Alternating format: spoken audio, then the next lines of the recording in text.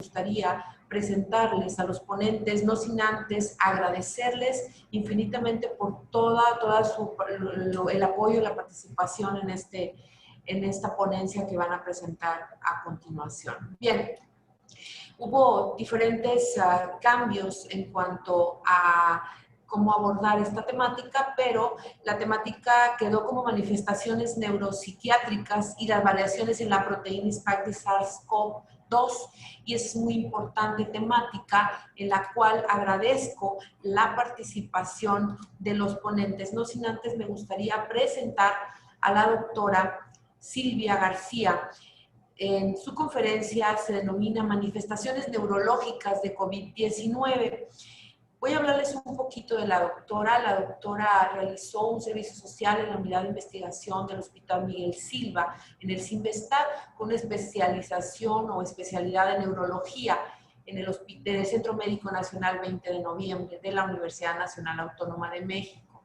Logró su mención honorífica en el curso de especialización de neurología y su examen profesional de la especialidad. Tiene certificaciones y recertificaciones, una de ellas es por el Consejo Mexicano de Neurología, maestría de Ciencias Médicas por la Universidad de Anáhuac, médico adscrito al Servicio de Neurología del Centro Médico Nacional 20 de Noviembre, jefe de enseñanza de la Coordinación de Servicios Modulares, jefe de la División de Neurociencias del Centro Médico, coordinadora de investigación también del mismo Centro Médico 20 de Noviembre, jefe de investigación clínica y profesora adjunta del curso universitario en la especialidad de neurología.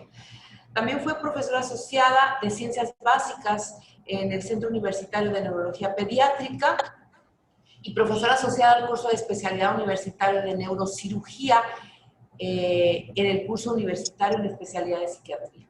Profesora asociada de la especialidad de neurofisiología del 2000 a la fecha, en el área de pregrado, en la Escuela de Medicina Santiago Ramón y Cajal, en la Universidad de West Hill.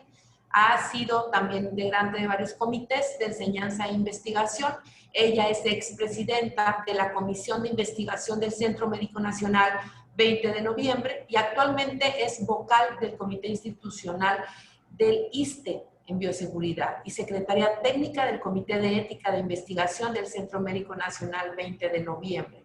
Profesora titular y adjunta de varios cursos de educación médica continua y tiene participación como ponente en múltiples foros científicos, es editora de libros, ha escrito artículos originales, revisiones, resúmenes, sobre todo en editoriales y en revistas nacionales e internacionales. Ella es miembro del Sistema Nacional de Investigadores Nivel 1 y también coeditora de la revista de especialidades médico-quirúrgicas científicas del ISSSTE. Miembro del comité editorial de la revista mexicana de neurociencias y en el curso de bioética para integrantes de comité y cursos de buenas prácticas. La doctora presentará su ponencia denominada Manifestaciones Neurológicas del COVID-19. Posterior a esta presentación, también tenemos la participación del doctor Ricardo Ortega Pineda. Él nos va a dar una charla sobre las manifestaciones psiquiátricas sobre el mismo tema, COVID-19. El doctor es médico psiquiatra, egresado de la Facultad de Medicina de la Universidad Nacional Autónoma de México y del Centro Médico Nacional 20 de Noviembre. Psicoterapeuta por el grupo de la Universidad Nacional Autónoma de México, psicoanalista por el Círculo de Psicoterapia Analítica de México, profesor de asignatura de la especialidad de Medicina Familiar y presidente del Comité de Ética en Investigación del Centro Médico Nacional 20 de Noviembre, Comisión Nacional de Bioética. Sin más preámbulo, me gustaría darle la bienvenida a la doctora Silvia para que aporte su participación en esta conferencia. Bienvenida a usted, doctora, y le dejo y le cedo el micrófono. Muchas gracias. Agradezco profundamente estar con ustedes y sobre todo la presentación. La doctora Alcaraz no me hizo el favor de resumirla y qué barbaridad. Muchísimas gracias. Me siento muy halagada, pero pues han sido más cosas circunstanciales que méritos propios. vamos a platicar un poco de lo que es las manifestaciones neurológicas del COVID. Vamos a compartir con ustedes algunas slides para platicarles pues de esta enfermedad y de la participación del sistema nervioso central y periférico y cómo impactan estos en el desenlace del padecimiento. Bueno, en los antecedentes creo que todos los hemos oído. Esto empezó en una localidad de China, Wuhan. Era un fenómeno que finalmente al principio no se detectó bien y luego ya la Organización Mundial de la Salud definió pues que era un brote debido a un nuevo virus y que era un virus respiratorio que se parecía a otros que habían dado enfermedades, el SARS y el MERS. Y entonces se denominó, pues, el virus se denominó como SARS-CoV-2 y en febrero la OMS nombró la enfermedad como COVID-19 en base a sus siglas en inglés. Al finalizar marzo del 2020 había ya casi 100,000 casos confirmados y había ya alrededor de 4,000 muertos, por lo que en ese momento la OMS determinó que esta era una pandemia con alta letalidad. Y este es un punto que sí define muy bien a esta enfermedad. Para el día de ayer, en México había 684,103 casos confirmados y ya alrededor, ya más de 72,000 casos con una letalidad de 10.55. Entonces, el problema de salud ha transitado del centro de Asia, América, norte de África y finalmente a todo el globo terráqueo. Los coronavirus se conocen bien desde los años 60. Se considera que son responsables de una tercera parte de los resfriados comunes. Son virus de RNA. Su característica externa que les van a platicar con mucho detalle más adelante semeja a una corona y tienes un virus con una gran capacidad de recombinación y esto lo hace particularmente, le da algunas particularidades biológicas, sobre todo de transmisibilidad y de mutaciones. Afecta normalmente varias especies, particularmente las aves de corral, gatos, perros, camellos, pero para los humanos solamente se han confirmado 7 coronavirus. La estructura genómica de SARS-CoV-2 hay 4 subfamilias, alfa, beta, gamma y delta, y que pueden generar enfermedades en mamíferos y en el hombre solamente los 2 primeros. Se han identificado 5 linajes y la llegada de SARS-CoV-2 al humano de su huésped natural, que parece ser el murciélago, seguramente llegó por un intermediario, seguramente el pangolín, ahí un animalito muy, muy, muy simpático que pueden ver abajo a la derecha de la pantalla. Bueno, este virus es de forma redondeana u oval. Tiene varias características que facilitan su replicación y tienen varios sitios de capacidad de codificación.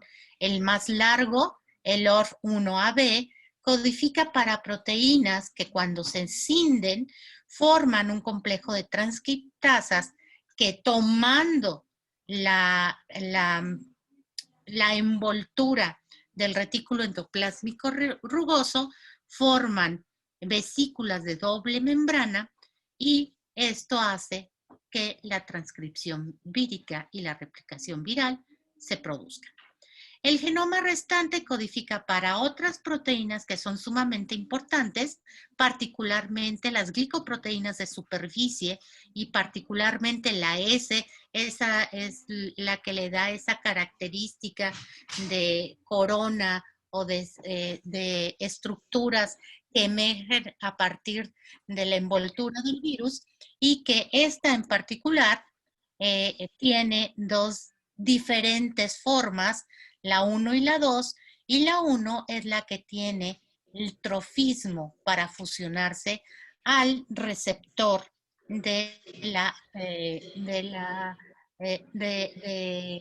para acoplarse al receptor específico de la célula humana.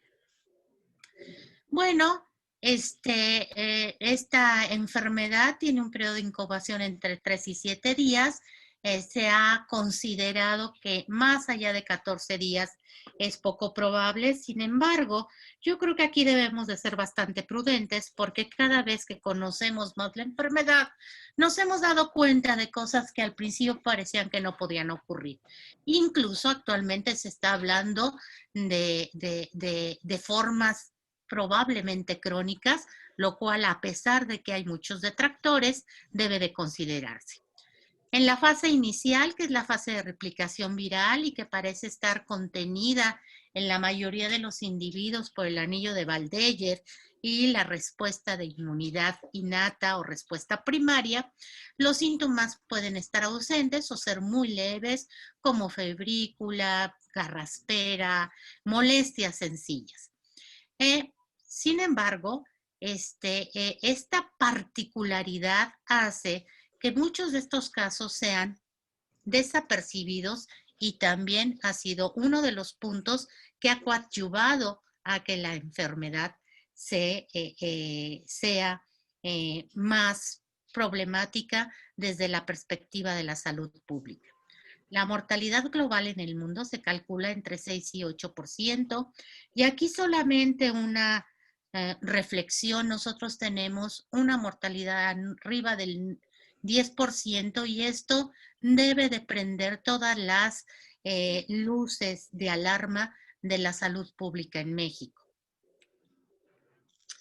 La segunda respuesta es la respuesta inmune adquirida, y esta segunda respuesta parece ser que está más relacionada a cuando el virus ha logrado pasar la primera barrera, que es física y que tiene que ver con el anillo de Waldeyer, que nos protege contra todas las infecciones respiratorias. Aquí hay una pregunta que ha sido motivo de mucho estudio. ¿Por qué un grupo de enfermos pasan asintomáticos o con fenómenos muy pobres y otros tienen enfermedad grave o incluso tienen una alta probabilidad de morir o mueren? No se sabe con exactitud, pero sí hay factores que predisponen para ello. Entre ellas, la edad. Entre los pacientes más viejos tienen una mayor posibilidad de complicarse, y de alguna manera los niños están relativamente inmunes. A excepción pues de los niños que tienen padecimientos que los ponen en una situación de inmunidad deficiente, cáncer, leucemias, etcétera, los niños realmente sobrepasan bastante bien esta enfermedad. Otros padecimientos: diabetes, cardiopatías, enfermedad vascular previa, enfermedad obstructiva crónica conocida como EPOC, y muy importante, la obesidad, porque esto sí nos impacta particularmente por nuestras altas prevalencias de obesidad en México. La enfermedad, que inicialmente se consideró una enfermedad estrictamente respiratoria, pues ya hemos podido sobrepasar esa perspectiva. Ahora sabemos que una vez que pasó el anillo del Waldeyer y hace su asiento pulmonar, realmente es una enfermedad sistémica. Y vamos a ver más adelante por qué es una enfermedad sistémica, y tiene que ver con los mecanismos a partir de los cuales el virus de SARS-CoV-2 puede infectar a todas las células. Vamos a concentrarnos ahorita de cómo afecta al sistema nervioso central, no sin antes decir que el riñón, el corazón, son órganos altamente afectados por SARS-CoV-2. Bien, al sistema nervioso central puede acceder directamente, a lo cual se denomina neuroinvasión, o bien puede internarse en las neuronas y células de la glía, a lo cual se le llama neurotrofismo, e inducir cambios patológicos, a lo cual se le denomina neurovirulencia. Bueno, pero ¿en qué sustentamos esta afectación al sistema nervioso central? Vamos a ver primero 4 mecanismos hipotéticos o teóricos que pueden sustentarlo, que son eventos indirectos. Esta es la capacidad biológica de muchos virus respiratorios de afectar el sistema nervioso central, el daño neurológico específicamente por coronavirus confirmados en otras especies, sobre todo en los que son huéspedes primarios de estos virus. También se ha podido replicar la infección en el sistema nervioso central en modelos animales, sobre todo en modelos transgenéticos. Y yo quisiera recordar lo que pasó en la pandemia de la gripe española allí entre 1918 y 29, en que los pacientes tuvieron encefalitis asociadas al virus y luego estos pacientes desarrollaron un parkinsonismo postinfeccioso, que fue un modelo, el primer modelo en vivo que tuvimos los neurólogos para conocer mejor la enfermedad de Parkinson. Tenemos también evidencias directas. ¿Cuáles son las evidencias directas que tenemos? Pues que los pacientes tienen entre 25 y 30% de manifestaciones neurológicas con SARS-CoV-2. Segundo, que los síntomas neurológicos pueden incluso ser exclusivos. Por ejemplo, anosmia. Por ejemplo, disgeusia. Pueden ser muy tempranos y ser únicos. Luego, tenemos evidencias de difusión pasiva de las partículas virales a través del transporte axónico anterógrado y retrógrado, y también la capacidad de propagación neurona a neurona en cultivos celulares. SARS-CoV-2 puede producir muerte neuronal en el ratón transgénico, y en este mismo modelo se ha demostrado que puede penetrar de manera directa a través de la lámina cribosa, llegando al bulbo olfatorio. Quiero insistir que esta vía de entrada es muy complicada, sobre todo en los mamíferos superiores donde nos incluimos, porque suele ser una vía muy bien diseñada para evitarlo. Sin embargo, pues dependiendo de la virulencia, la invasibilidad y todos los fenómenos que les comentaba, pues puede ser que esto pueda ocurrir. El otro problema o la otra forma que podemos explicar las manifestaciones neurológicas son a través del receptor de la enzima convertidora de angiotensina 2, que es la puerta de entrada del virus a todas las células humanas.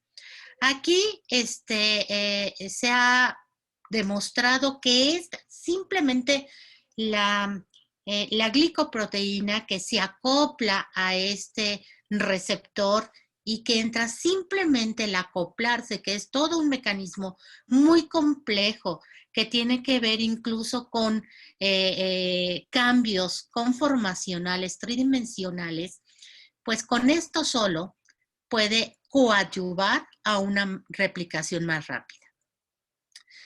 Se ha demostrado que la depresión de este receptor genera que los efectos de la angiotensina 2 se multipliquen, y esto aumenta el deterioro agudo de la función pulmonar y también de la función endotelial. Así que se ha propuesto que una infrarregulación de este receptor podría poner en riesgo más a la población hipertensa, diabética. Sin embargo, la propuesta inicial de quienes utilizaran medicamentos que modificaran la funcionalidad de este receptor, pues no halló una evidencia concluyente en los seguimientos clínicos, y esto se puede explicar porque este virus es bastante más complejo que su puerta de entrada a la célula. Se ha propuesto también pues, que la neurovirulencia del SARS-CoV-2 puede estar estrechamente relacionado al grado de expresión del receptor, y esto tiene mucho sentido en el contexto de que es la vía de entrada como muchos otros coronavirus. Ok, pues la frecuencia de manifestaciones neurológicas está por definirse. Nosotros estamos haciendo un estudio de corte prospectiva y pues estamos viendo cada vez más frecuencia porque también estamos siendo más propositivos para buscarlos.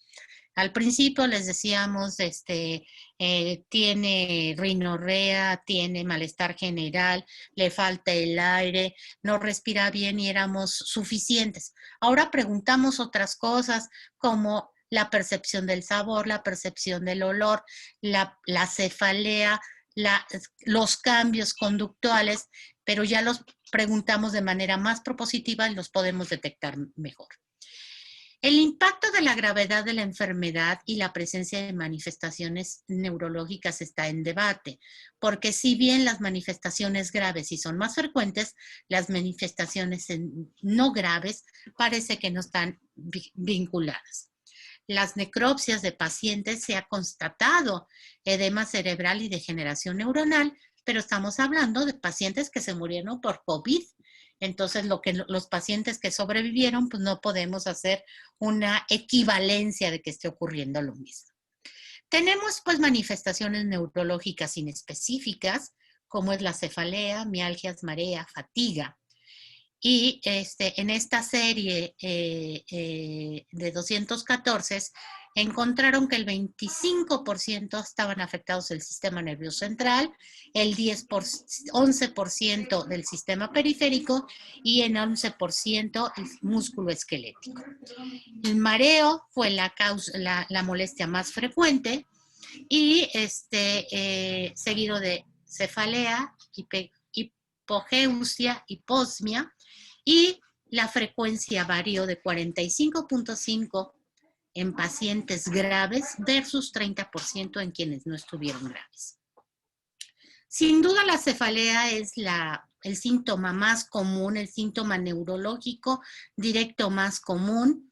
En esta serie de este investigador chino, donde evaluó un poco más de 1,000 pacientes, encontró que entre el 36.6% de los pacientes aquejaba cefalea y de ellos el 15% eran formas graves de la enfermedad.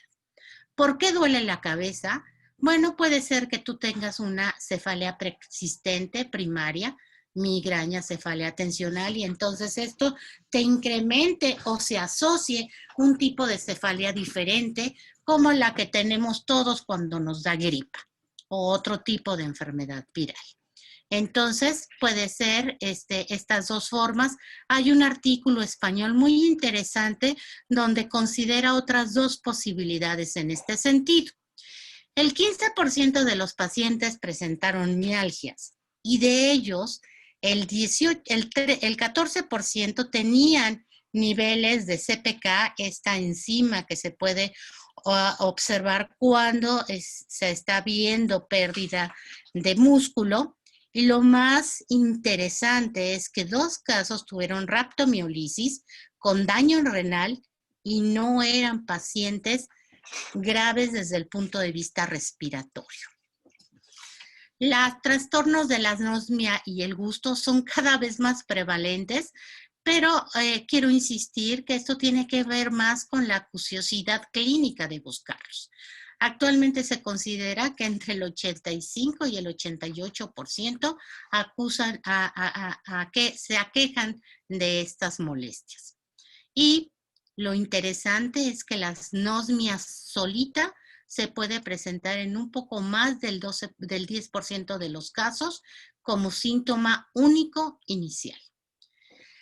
La rinorrea, estos pacientes que tienen esta afectación, habitualmente no se le puede atribuir a rinorrea ni obstrucción nasal. Entonces, ¿por qué está ocurriendo? Y es probable que se estén afectando los receptores, que son estructuras neurológicas, o incluso la transmisión o el ganglio de relevo. La encefalopatía es un cuadro transitorio difuso de las funciones neurológicas. Son bastante frecuentes en los pacientes con enfermedades graves y que se encuentran en apoyo en las unidades de cuidados intensivos.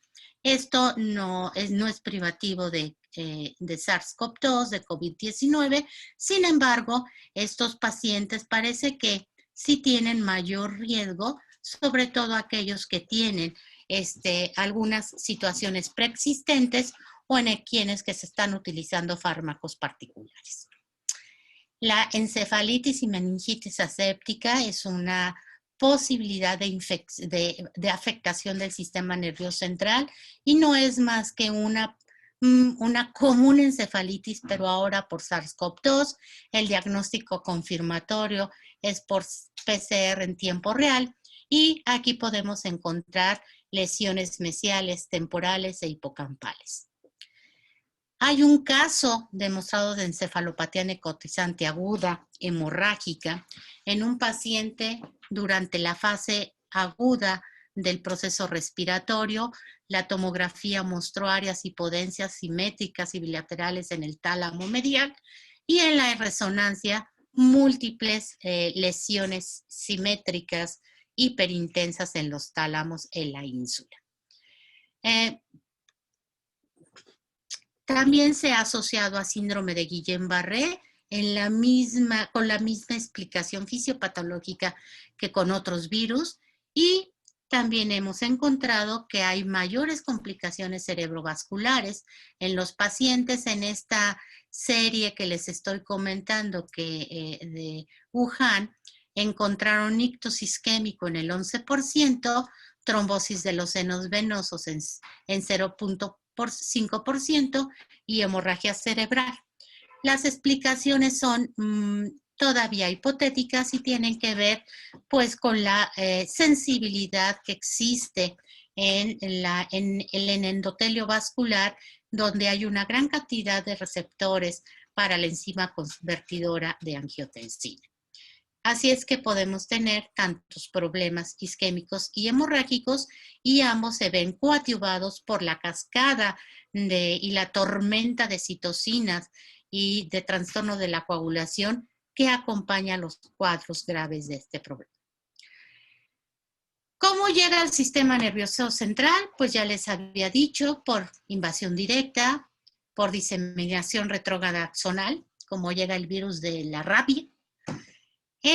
También se ha demostrado que probablemente a través de la mucosa nasal puede atravesar la barrera epitelial y alcanzar el torrente sanguíneo y el sistema linfático y de ahí propagarse. Y una ruta transsináptica retrógrada, que es biológicamente posible, que es el bulbo olfatorio que antes se los comenté. Sin embargo, aunque se ha demostrado que esto puede ocurrir como el encefalomielitis hemaglutinante porcina, pues todavía no tenemos evidencia de que SARS-CoV-2 lo logre hacer. También se ha considerado que a través de los mecano y quimioreceptores pulmonares pueden tener una vía retrógrada ascendente hasta llegar al núcleo de la solitario en el tallo cerebral. Dos preguntas que les voy a dejar a la reflexión son: ¿es posible la persistencia de virus en el sistema, en cualquier parte del sistema nervioso central, como ocurre con otros virus, el típico herpes o el de mononucleosis infecciosa? Bueno, hay varias evidencias de que los virus se han vinculado con enfermedades. Les comentaba el Parkinson postencefalítico, claro, después de la pandemia. Y es posible que estos estén vinculados a enfermedades neurológicas y a procesos psicóticos particularmente. Pues es algo que también el tiempo nos va a responder. antes de poner esta, y pues yo sí quisiera decirles que el día de hoy acaba de salir un reporte de un paciente que era un judío askenazi, que tuvo un cuadro de COVID respiratorio y 2 semanas después manifestaciones típicas de Parkinson. Entonces, pues hay que tener cuidado porque los virus, particularmente con enfermedad de Parkinson, han tenido una historia que contar. Y bueno, yo termino con esto que fue algo muy, muy... bueno, ya me voy a comer. Ok, y aquí se los paso. Ya se va a ir a comer. Bueno, y aquí les paso pues esto es un grupo pues que le cantó a los médicos de mi hospital que estaban trabajando. Muchísimas gracias, doctora Sofía. Muy interesante su plática, su conferencia. Muchas gracias por aceptar la invitación de la Oficina de Alcance Tamaulipas, de la Comisión de Salud Fronteriza. Agradezco su participación. A continuación, el doctor Ricardo Ortega Pineda va a darnos una charla relacionada con las manifestaciones psíquicas del COVID-19. Bienvenido, doctor Ricardo Ortega. Y por favor, terminando el doctor, me gustaría que entráramos en una sesión de preguntas y respuestas para los dos doctores. Adelante, doctor. Hola, muy buenas tardes. Un agradecimiento por la invitación a dar esta serie de comentarios alrededor de este tipo de padecimientos y la salud mental. Generalmente establecemos que muchas de las circunstancias relacionadas a el hecho de relaciones interpersonales. Entonces, se piensa que está un poco fuera de la base de toda la estructura biológica. Lo que se ha logrado realizar en reportes del padecimiento, se han encontrado dos perspectivas. Una en donde se encuentran que sí hay una serie de actividades dentro del sistema nervioso central, como lo había dicho la doctora, en esta entrada que hace por el bulbo olfatorio. Todos los reportes, los que nos van a estar señalando, es que siempre hay una serie de presencias sobre los cuadros depresivos. El cuadro depresivo en general siempre se ha sido visto como para la mayoría de las personas, como una circunstancia de relación externa y que tiene algunas bases biológicas. Las bases biológicas ya estaban establecidas desde hace tiempo con los neurotransmisores, con algunas circunstancias que tienen que ver con el estrés, pero en los últimos 15 años también se ha integrado a esta perspectiva más amplia de lo que sucede en las células, que es un estado inflamatorio. Entonces, vamos a encontrar que hay una relación muy, muy presente en esta tormenta de citoquinas que tienen que ver con el sistema nervioso central.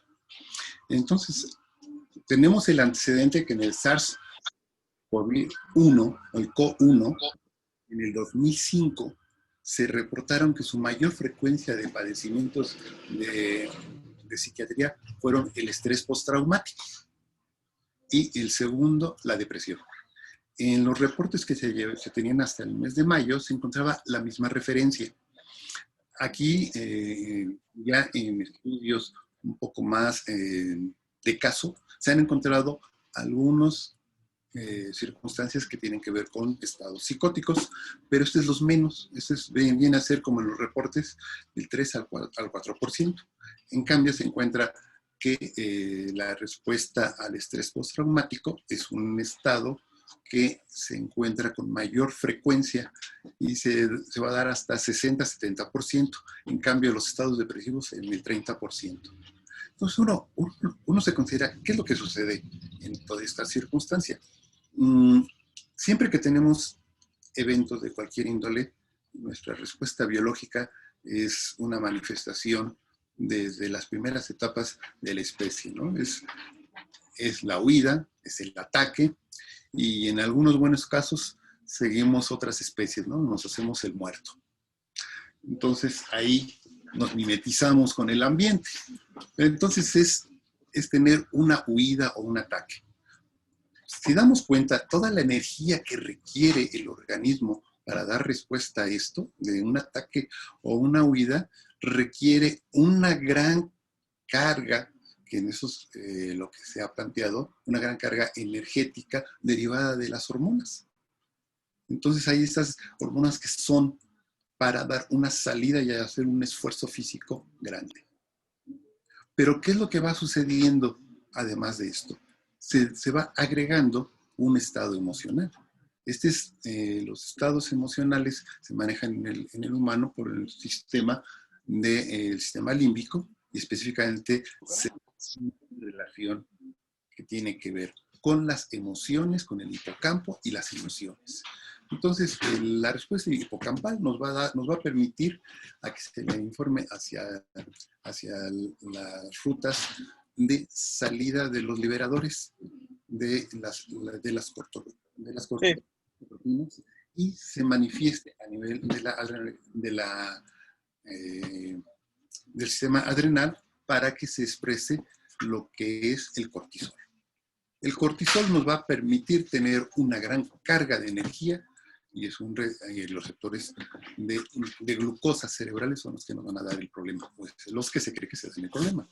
Entonces, esta cascada que se da de respuesta al estímulo hace que todo el organismo empiece a estar en esta respuesta.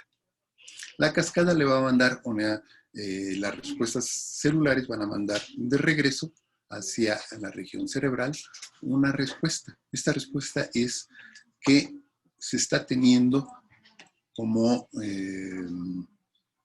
una solución, la huida, y se deja como una huella para huir en determinadas circunstancias. Y en otras, cuando se miden que ya no van a ser ninguna otra circunstancia, te va a permitir enfrentarla. Aquí entonces nos salimos de dos modelos. Este es el modelo, cuando se les hablaba vamos a tener un segundo modelo para poder entender lo que es el modelo cognoscitivo, el afrontamiento. El afrontamiento es una respuesta con la que uno resuelve problemas. Uno siempre, ante cualquier problema, vamos a medir una imagen inicial y la respuesta que dimos con una secundaria. La secundaria, si tuvo mayor éxito en relación con la primera, la vamos a ir continuando. Lo mismo se hace, pero esto atrás tiene este armamento biológico. Tenemos una forma cognoscitiva de resolver la circunstancia a la que nos estamos enfrentando, y vamos a tener una huella que en los ambientes más neurológicos diría una huella mnémica, una huella en el pasado. Y en la forma en cómo uno interpreta sería, nos ha dejado una forma de resolver problemas. Estamos ante eso. Eso es ante un hecho que sucede en el exterior. Pero ¿qué pasa en el cuerpo? En el cuerpo tuvo una gran respuesta. Y se ha encontrado que hay factores genéticos en donde se dé una respuesta que no sea la suficientemente adecuada en los receptores de los corticosteroides a nivel cerebral. Entonces, esta perspectiva se cree que en estados de estrés prolongados hace que los receptores postsinápticos pierdan o su capacidad o se destruyan. Entonces, la respuesta que tenemos se hace tóxica. Se hace tóxica a través de estos receptores o a través de los receptores como del factor necrosante. Entonces, con esta serie de circunstancias, esto es lo que hace que algunas neuronas o grupos neuronales del sistema límbico tengan una menor respuesta de salida.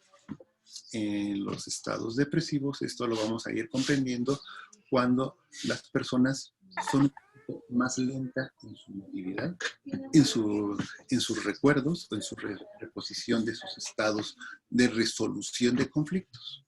Esto es lo que sucede en un estado depresivo. Entonces, si nos contemplamos en una circunstancia con un padecimiento en que en las primeras 72 horas se nos coloca en una posición en donde nuestra ventilación queda limitada, nos empezamos a angustiar, porque la oxigenación que se percibe en que se percibe en un medidor de lo que es la oxigenación cerebral, baja de 90 a 85, 86, ese simple hecho nos empieza a producir taquicardia y empezamos a estar preocupados y angustiados. Si además tenemos información que estamos rodeados de una infección que ha abordado al mundo y que lleva con un sinnúmero de muertos, que en nuestro país llevamos 70,000 muertos, la angustia es brutal. El hecho que nos atiendan nos da como una calma, pero ya en todo ese tiempo que estamos de tomar la decisión de sentir que nos falta el aire y decidir si acudo al médico o no, hay una circunstancia que es el darnos cuenta de nuestra vulnerabilidad. La vulnerabilidad humana se empieza a vivirse como una gran fragilidad y estos hechos son los que van a hacer que se dejen una gran huella en la memoria.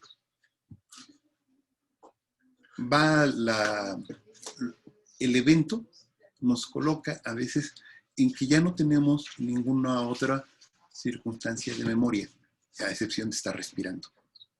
El evento nos lleva a estar aislados, a contestar en una forma concreta a lo que nos dicen. Nuestra emotividad está a sobrevivir. Entonces, esto es una gran amenaza a lo que estamos viviendo. ¿Qué sucede con todo eso? Los afortunados que se recuperan, lo que han vivido es un enfrentamiento con un concepto que cada persona tiene distinto, ¿no? Que es el sentido de estar muerto. Voy a volver a ver a mi familia. ¿Qué sentido tenía hacer o dejar de hacer tales cosas? ¿Por qué hice tal o cual cosa con lo que probablemente me infecté? ¿Por qué me pasó a mí? Una serie de pensamientos que te agobian. Estás ante el hecho de que tal vez te puedas recuperar, pero ahí están las huellas de ese momento. Las personas que se recuperan, entonces lo que empiezan a considerar es un temor de todo lo que está sucediendo externamente. Y el hablar del tema los agobia. Hablar del tema es como revivirlo. Y entonces ahora podemos entender por qué cuando alguien sufre un evento estresante, lo revive por estas capacidades y esta huella que se quedó en el hipocampo, pero que se ligó no nada más en la respuesta de hipocampal, sino que se ligó al estado emocional. Entonces tenemos dos cosas que lo han fijado al momento de aquello que amenazó mi vida. Hablar de ello, entonces es hablarlo, pero el elemento más sencillo es hablarlo con taquicardia. Y entonces la persona diciendo, mire, cuando lo estoy hablando, siento que me está pasando otra vez. Y cuando sucede con la familia, les preguntan, ¿y cómo te sientes? ¿No, ¿quieres platicar algo? Y todos dicen, no quiero platicar nada. No es porque no quieran dar la experiencia, sino que el hecho de revivirlo los hace sentirse en la misma sensación de gravedad. Eso es lo que se le llama el estrés postraumático. Cuando es muy grave y nosotros recordamos, tenemos otro tipo de estados emocionales que nos hacen alejarnos de esa sensación y entonces como que nos evadimos. Entonces hay estados disociativos. Pocas veces sucede en esto, todavía no se encuentran que esto vaya a suceder con este tipo de personas. Se ha encontrado que esa es la patología más común de tipo psiquiátrico, pero lo que nos va a dar una perspectiva hacia futuro será cómo evolucionan y si los tratamientos convencionales que tenemos para el estrés postraumático, que es tanto la exposición en fantasía, como las técnicas cognitivas, como los fármacos antidepresivos sean suficientes para poderlo controlar.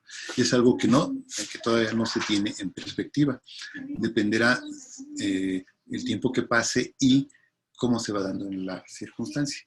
Porque hay otros factores de vulnerabilidad que no se contemplan en ese estado de lo que es el estrés y la tristeza o la depresión. Yo me enfermé, yo me recuperé, pero ¿qué creen? De mi familia se enfermaron 2 más y uno de ellos no se recuperó. Sabemos que no supimos cómo fue, si yo fui el que se los llevó o ellos me lo transmitieron o había alguien más. Pero este es un pesar que se queda en el pensamiento de las personas.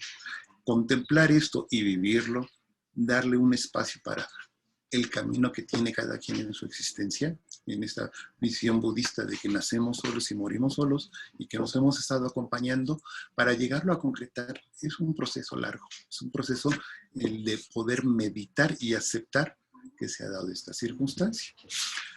Esto es lo que nos lleva a considerar que una de las secuelas que vamos a tener por un tiempo prolongado en este tipo de padecimiento, en esta pandemia, es que de los que lo han padecido van a tener estados emocionales ligados al estrés postraumático, a los estados ansiosos o depresivos.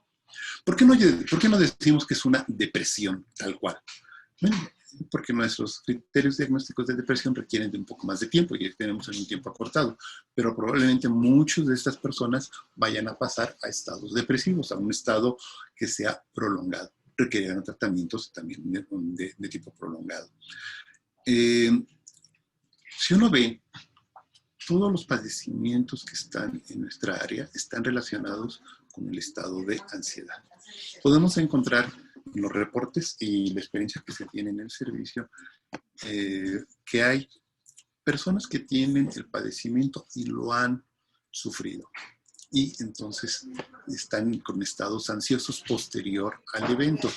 Mucho se liga a la circunstancia de esta falta de oxigenación.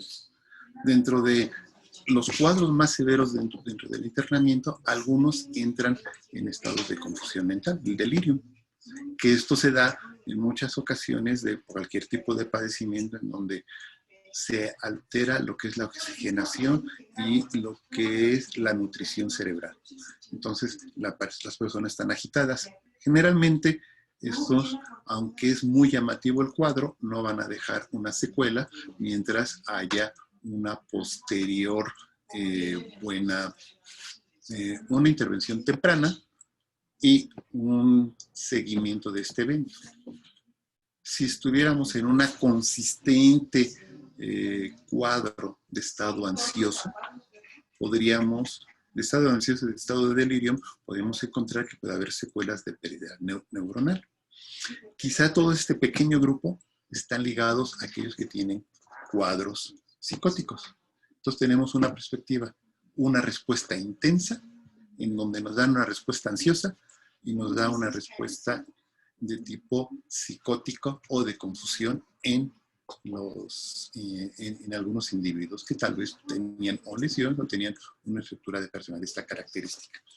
Cuando las personas no han tenido este contacto, pero que son personas cercanas a las personas que han vivido esto, también entran en cuadros ansiosos y en cuadros depresivos, que son de tipo reactivo. Es natural que uno pueda considerar que lo que es el ver cernirse el concepto de la muerte está integrado en la familia, que se ha dado en algunos casos, nos hace estar en un constante reflexionar el por qué sí fue y por qué no hicimos tal o cual cosa. Siempre tratamos de dar como una solución y a veces nos encontramos en percepciones que nos sentimos culpables, ¿no? Tenemos que aceptar que en este periodo no hay culpas, realmente son sucesos que se van acompañando. Lo que podemos hacer es acompañarnos y darnos un entendimiento de nuestro pesar. Los compañeros médicos que están en la primera línea también manifiestan este tipo de síntomas del estrés y el agotamiento, ¿no? Entre una variante de lo que puede ser el llamado el burnout, el estar quemado por el esfuerzo cotidiano de estar asistiendo y trabajando con personas que hoy los veo y 2 días ya falleció. Hoy veo a este y este no falleció. Y unos menos se están recuperando. Entonces, esto nos va dando, una vez más, como lo mencioné, un sentido de la fragilidad humana y eso es lo que nos tiene con una angustia. Nos obliga a pensar cosas. La salud mental abarca varios ámbitos. Tiene esta parte biológica, pero nos obliga a pensar la existencia, el sentido de la existencia. Nos obliga a reflexionar en qué hemos estado en nuestra existencia. Si tenemos la oportunidad de seguir viviendo, ¿cómo lo vamos a hacer? La existencia es tener una meta y es una meta que generalmente tanto en los filósofos antiguos, en Aristóteles, todos van hacia lo bueno. Lo bueno que es Es acciones que yo hago que son beneficio para mí y para los otros. Está centrado en un acto que beneficia al otro. Yo creo que en ese sentido todos los que estamos en los ramos de salud tenemos una perspectiva de esta generalidad. Hacemos algo, tal vez estamos envueltos un poco en la vanidad de saber y conocer cosas, pero aquello que queremos hacer es para beneficiar a otros. Es un acto y es un sentido existencial. La meta real o profunda es lo bueno que hacemos en una investigación, en una atención, en un entendimiento, en un acompañamiento de alguien grave o ayudarle a su partido. Bueno, esto es lo que yo puedo ofrecer en relación con el COVID. Muchísimas gracias, doctor. Muchas gracias, muy amable por su participación. Muy interesante, sobre todo en el aspecto emocional, porque, bueno, hay una pregunta privada que menciona y es dirigida a usted, doctor.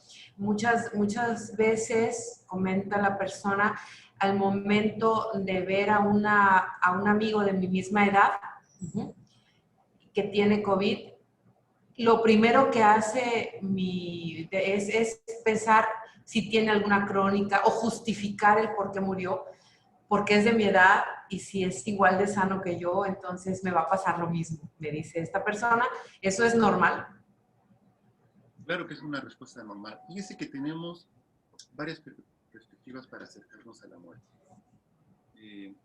Voy a partir de la que parece como la singular, ¿no? Yo tengo un padecimiento, ¿sí? Tengo un problema oncológico, tengo una enfermedad crónica degenerativa que ha llegado a su último momento.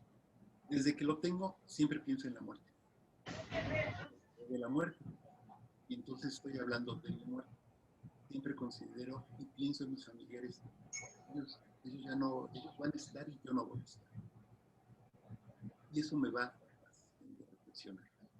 Y lo llego a platicar y a conversar con mis familiares. En algún momento en que estamos bien, digo, no, si yo he pensado en esto.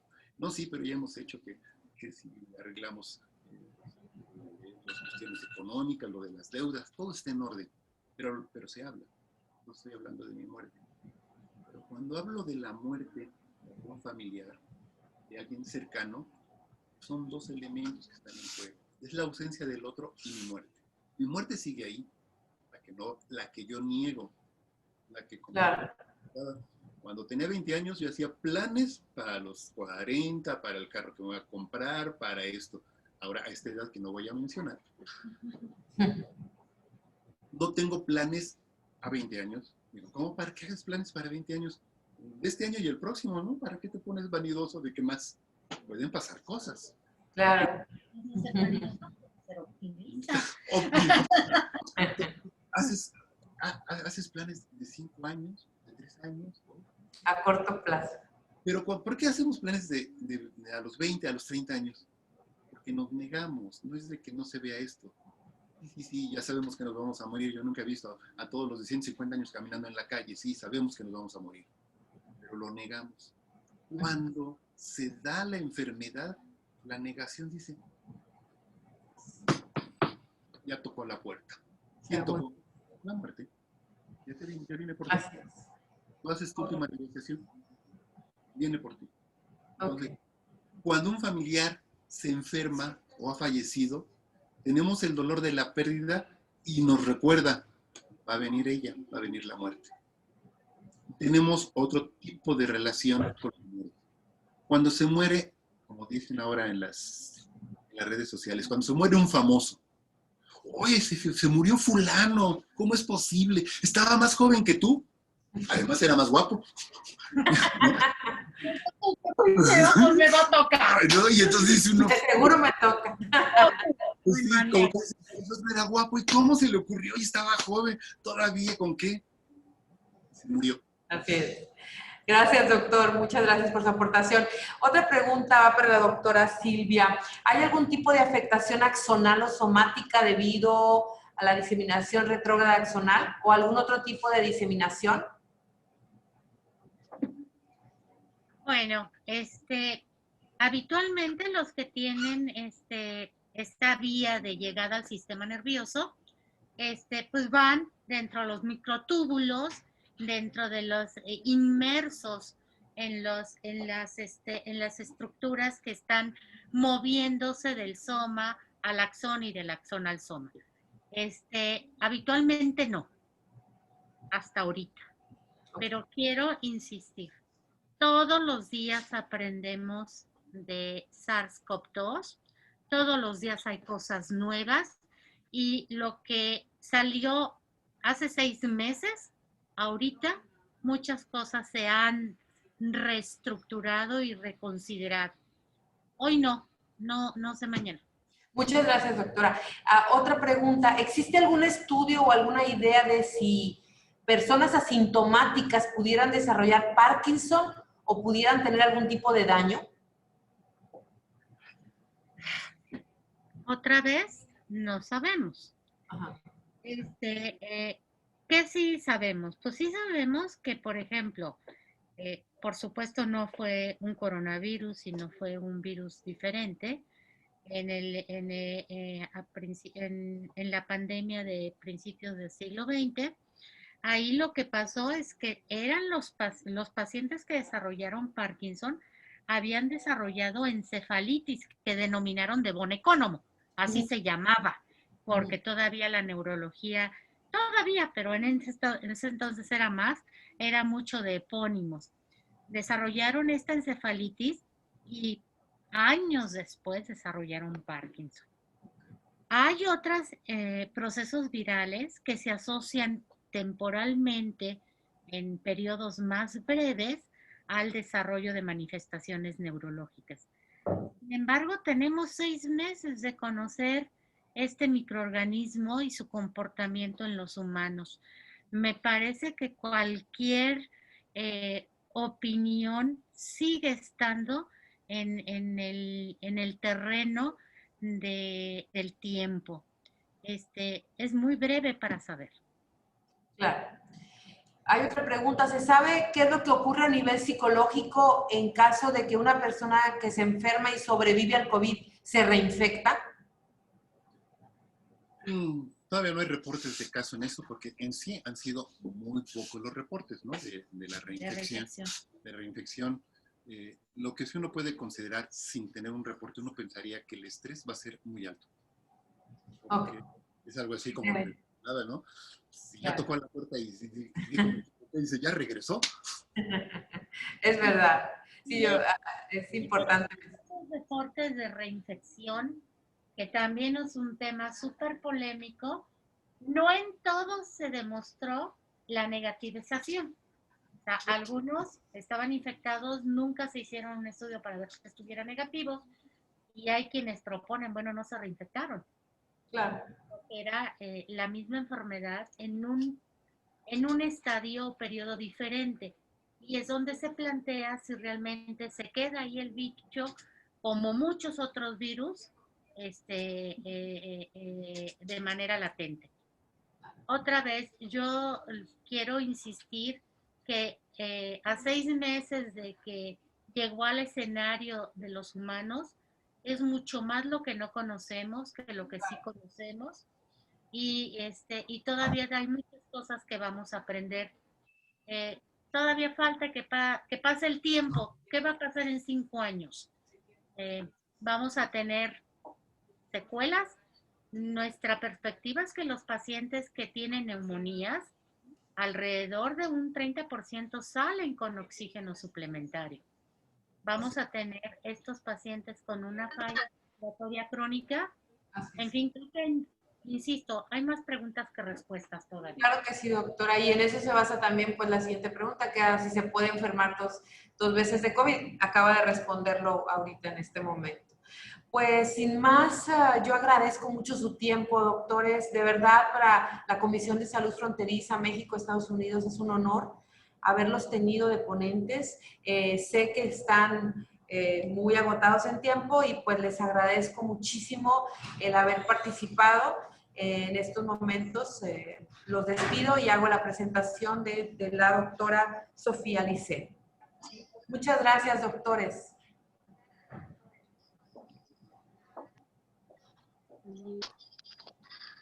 Bien, me gustaría presentar a a la doctora Sofía Lisset Alcaraz Estrada. Ella va a hablar, nos va a mencionar las variaciones en la proteína spike de SARS-CoV-2 y su repercusión en la enfermedad. Ella es originaria de La Paz, Baja California Sur. Realizó sus estudios profesionales de licenciatura en la Facultad de Biología de la Universidad Michoacana de San Nicolás de Hidalgo. Sus estudios de posgrado y maestría y doctorado en ciencias se realizaron en el Departamento de Patología Experimental, ahora Departamento de Infectómica y Patogénesis Molecular del Centro de Investigaciones y Estudios Avanzados del Instituto Politécnico Nacional. Realizó una estancia de 2 años como parte del entrenamiento doctoral en el Departamento de Microbiología de la Universidad de Georgetown en la ciudad de Washington, D.C., en Estados Unidos, y actualmente está adscrita al Centro Médico Nacional 20 de noviembre del Instituto de Seguridad y Servicios Sociales de los Trabajadores del Estado como jefa de División de Medicina Genómica y de Laboratorio Unidad de Análisis y Referencia Virológica, en el cual realiza actualmente la prueba para COVID-19 para el ISSSTE. Pertenece al Sistema Nacional de Investigadores Nivel 1. Sus líneas de investigación están enfocadas a las células mediadas por exomas en infecciones virales y enfermedades crónico-degenerativas, así como la búsqueda de moléculas con actividad antiviral contra arbovirus. Sin más preámbulo, bienvenida, doctora Sofía, y le dejo el micrófono. Muchísimas gracias, ¿no? Estoy esperando a que termine de cargar la presentación. Claro que sí, esperamos que cargue su presentación y le agradecemos, la Comisión de Salud Fronteriza agradece su participación, esperamos contar con más ponencias de su parte por la importancia de la pandemia que estamos viviendo en la actualidad. Sí, muchas gracias, doctora.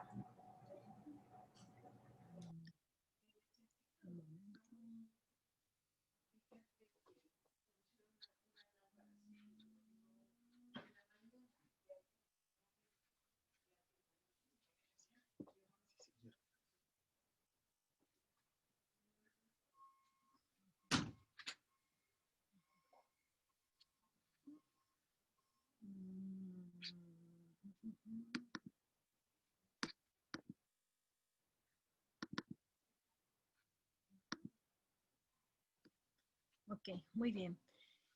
Yo les voy a platicar sobre las variaciones de una proteína muy particular que tiene SARS-CoV-2, la proteína testícula. Y hasta ahorita, ¿qué sabemos que pueda tener, cómo puede repercutir en la enfermedad? Bueno, ya quise nada más hablar un poquito del antecedente, pero ya hemos escuchado esta información. Bueno, desde el año pasado, diciembre del 2019, apareció un nuevo coronavirus al que se le llamó síndrome respiratorio agudo severo, SARS-CoV-2. Hasta el día de ayer, de los casos confirmados, llevan en 29 millones y de muertes 942.752.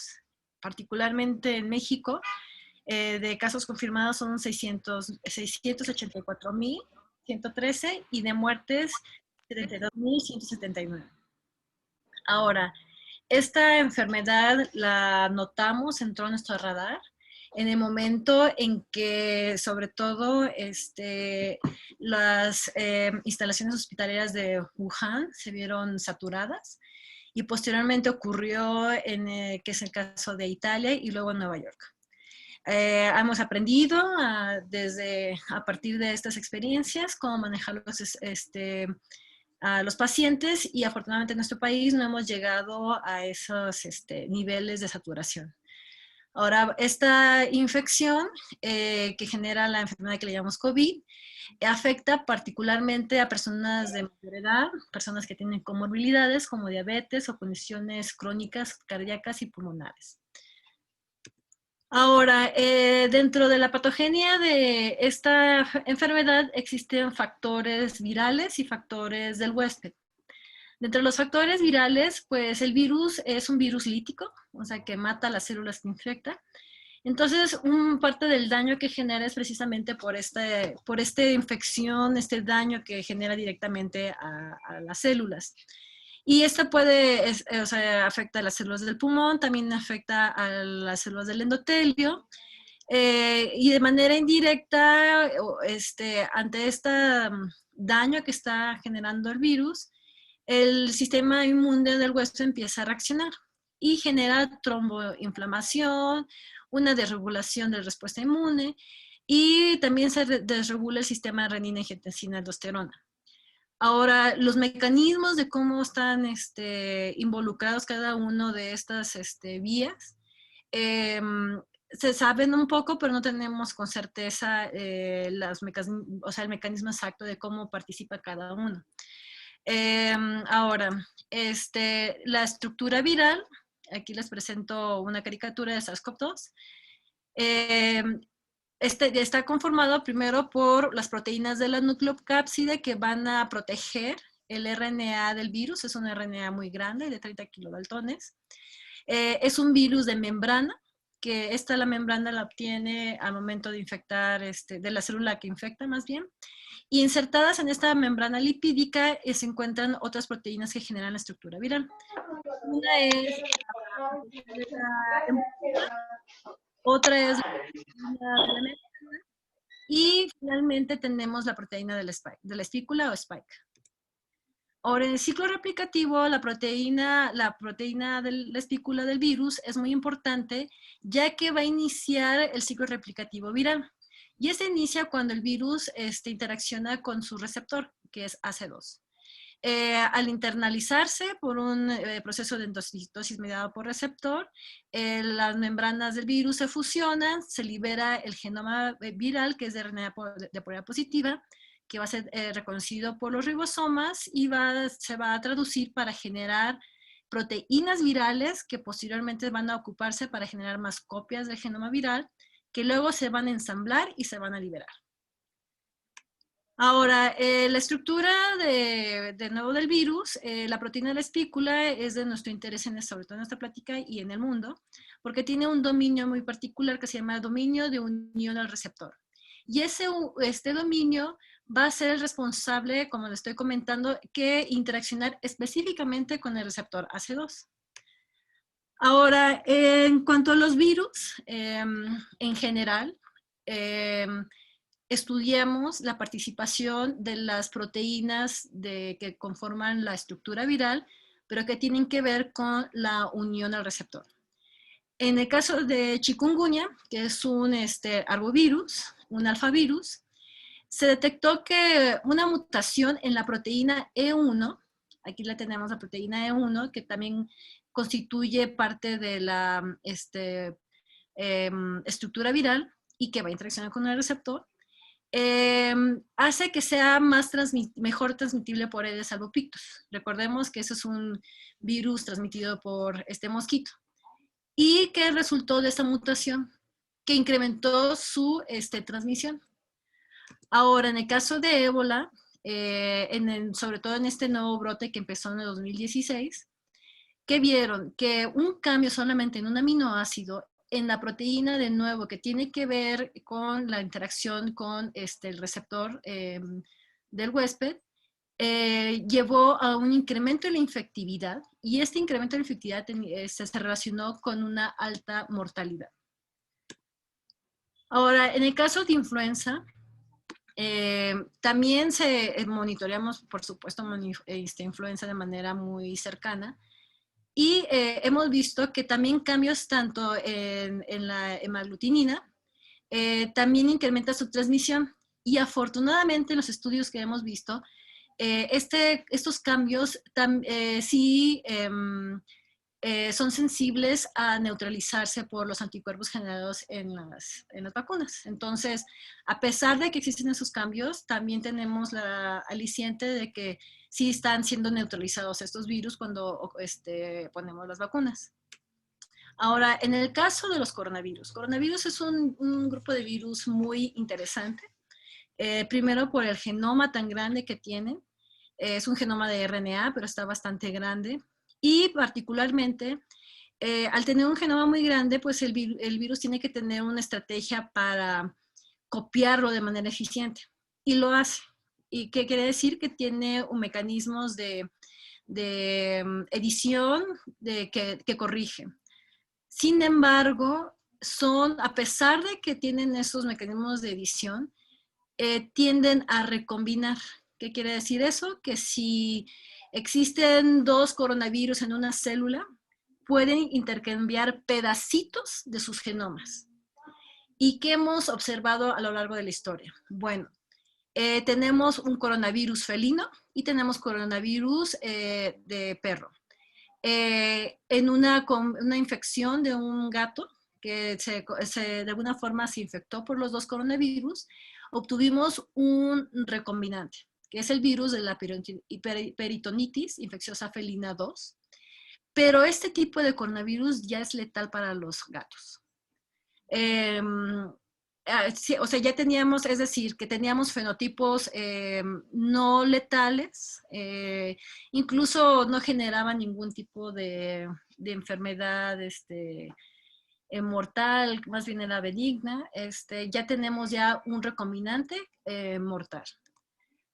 Ahora, no solamente lo hemos visto con animales domésticos, también se ha visto en animales de granja, sobre todo con los cerdos. En este caso se registró un virus que tenía la estructura básica del virus gastroenteritis transmitible, sin embargo, tenía la proteína S, que corresponde a la proteína, al virus de la diarrea epidémica porcina. Y de nuevo, este nuevo virus también ya tenía un fenotipo letal para los cerdos. Y en el caso, bueno, también ya tenemos un registrado, el coronavirus HKU2, eso es un coronavirus humano. Pues resulta ser que también es un recombinante que viene de un alfa y un beta coronavirus. Y también la recombinación está sobre todo en la proteína de la espícula. Así que aquí en este caso todos esos son alfavirus. Y en azul se encuentran las secciones de genoma de betavirus. Entonces, o sea, lo que le quiero comentar en este momento es de que ese tipo de eventos no son exclusivos de coronavirus, pero particularmente los corona suelen hacerlo con más entusiasmo, a pesar de que tienen estos mecanismos de edición genómica. Ahora, ante estos antecedentes, esto no es, ya como la comunidad de virólogos ya tienen esta posibilidad en la mira. Entonces, a partir de que se empezaron a reportar todas las genomas de los coronavirus, existe un repositorio mundial donde cada país está subiendo las secuencias de los coronavirus de manera rutinaria. No todas las muestras, pero de manera rutinaria se van secando, se van obteniendo y se van secuenciando. Se empezaron a analizar. Y bueno, un reporte determinó que ya este coronavirus, a diferencia del SARS-CoV-1 del 2005, ya presentaba 5 inserciones nuevas en el dominio de unión al receptor. Y estas inserciones hacían que la proteína de la espícula se hiciera más larga. Aquí es la comparación con MERS, comparación con SARS-CoV-1, podemos llamarle así, y ese es SARS-CoV-2. Y ya tenemos una estructura más alargada de la proteína de la espícula. Y al momento de interaccionar con el receptor AC2 que está aquí en verde, vemos un mejor acoplamiento, podemos decir, de la proteína de la espícula con el receptor. Y se ha visto que existen mayores interacciones entre estas dos proteínas.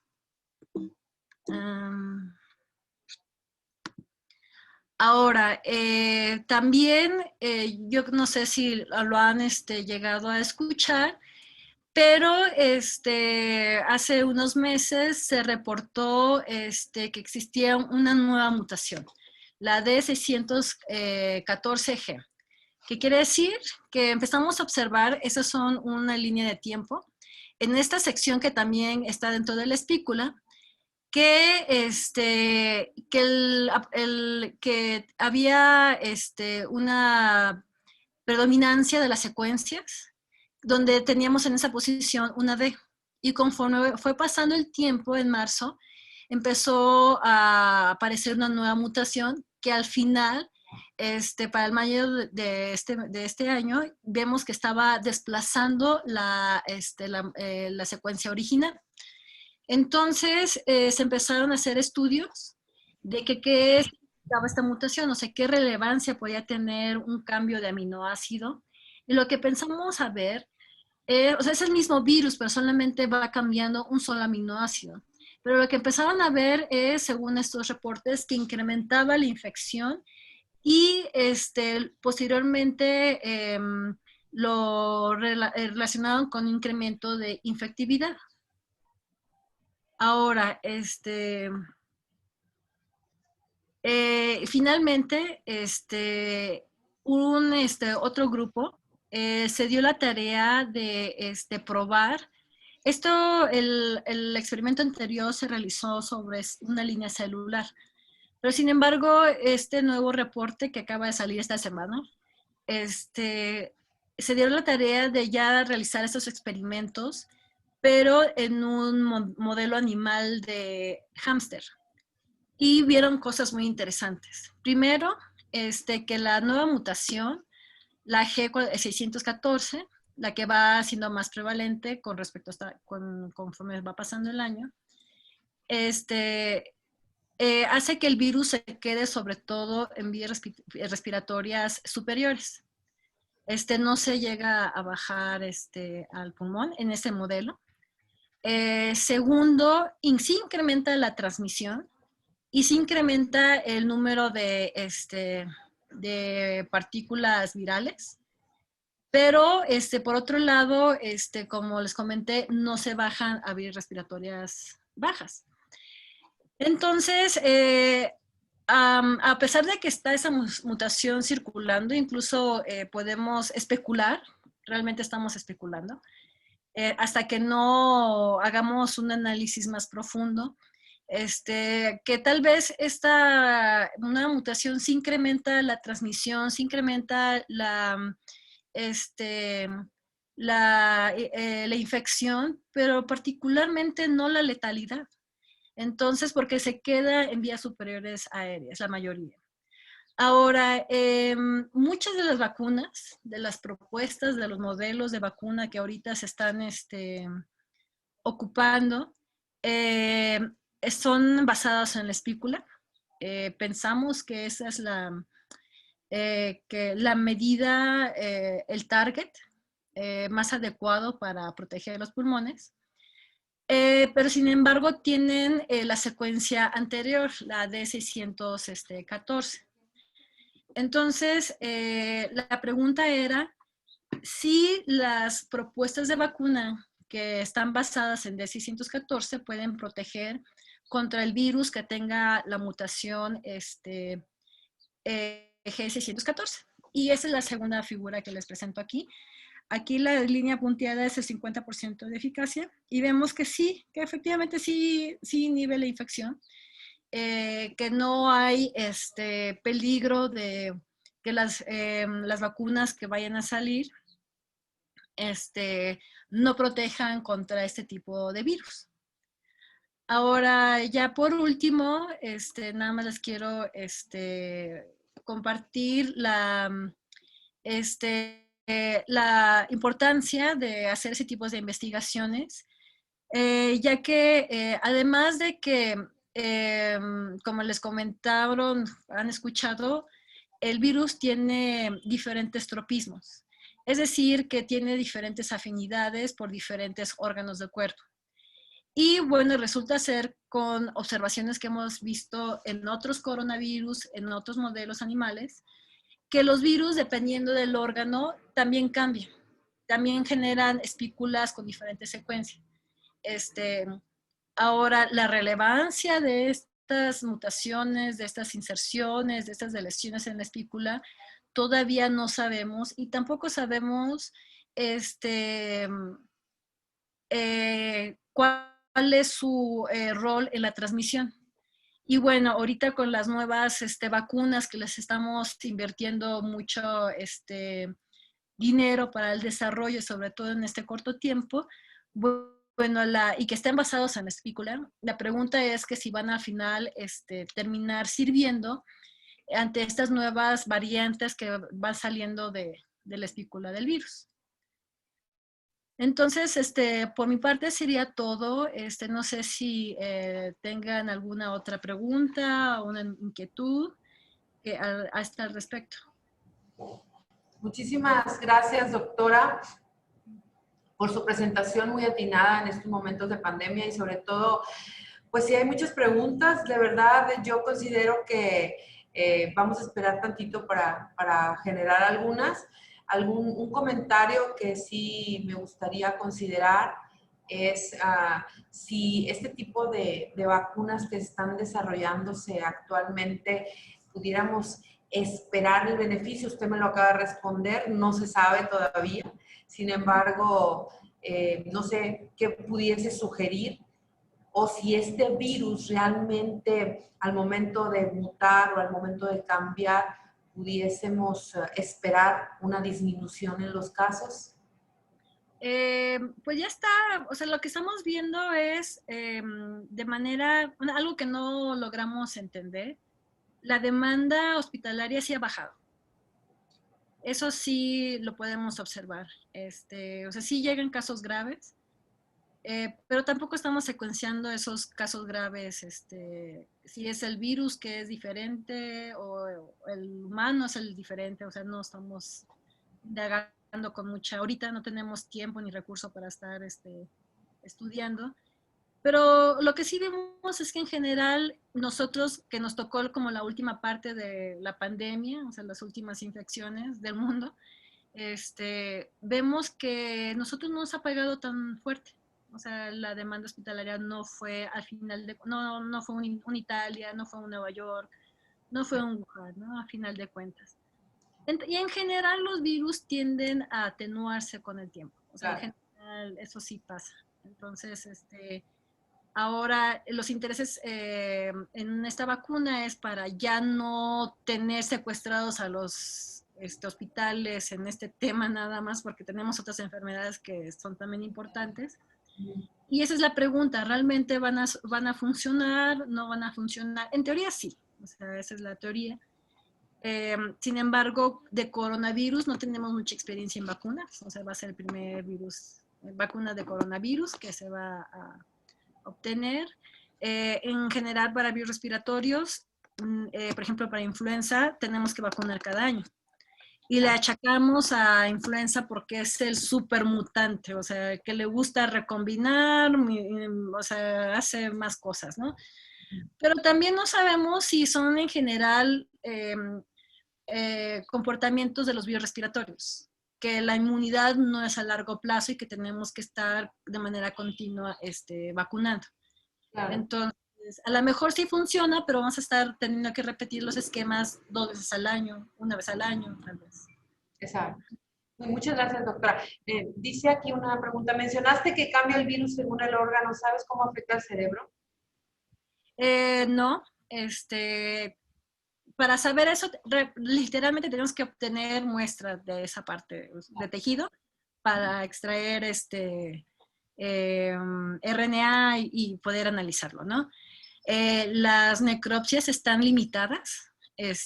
Hay muy pocos estudios, pero están limitadas primero porque no hay mucho equipo de protección personal y obviamente realizar ese tipo de estudios requiere ese tipo de indumentaria, entonces están limitadas y obviamente obtener el tejido de esos órganos pues está muy complicado y sería muy interesante, pero ahorita no lo estamos, nadie lo está, creo que, viendo.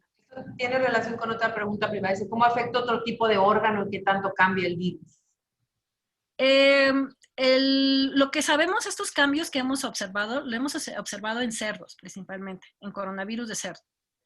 que dependiendo de las mutaciones que llega a tener o se queda en las vías respiratorias altas o se va a las vías respiratorias bajas. Como llegaron a observar en cerdos, también es un virus gastrointestinal, como también está que nos está atacando, ¿no? Entonces, las afectaciones son diferentes, pero sobre todo va cambiando el virus en la proteína de la espícula, se va haciendo unas más chiquitas, se van haciendo otras más largas. Pero de nuevo, en humanos ni siquiera lo hemos podido empezar a estudiar y su rol en la transmisión todavía ni siquiera podemos Claro. determinar. Dice, ¿es posible que se desarrollen nuevas mutaciones graves del coronavirus que provoquen una vez más que las personas tengan que mantenerse resguardadas? Y esperemos que no. O sea, como le comento, los virus en general tienden a atenuarse. Claro. Y ya tenemos otros virus circulando, coronavirus, como los han comentado, ya van 7.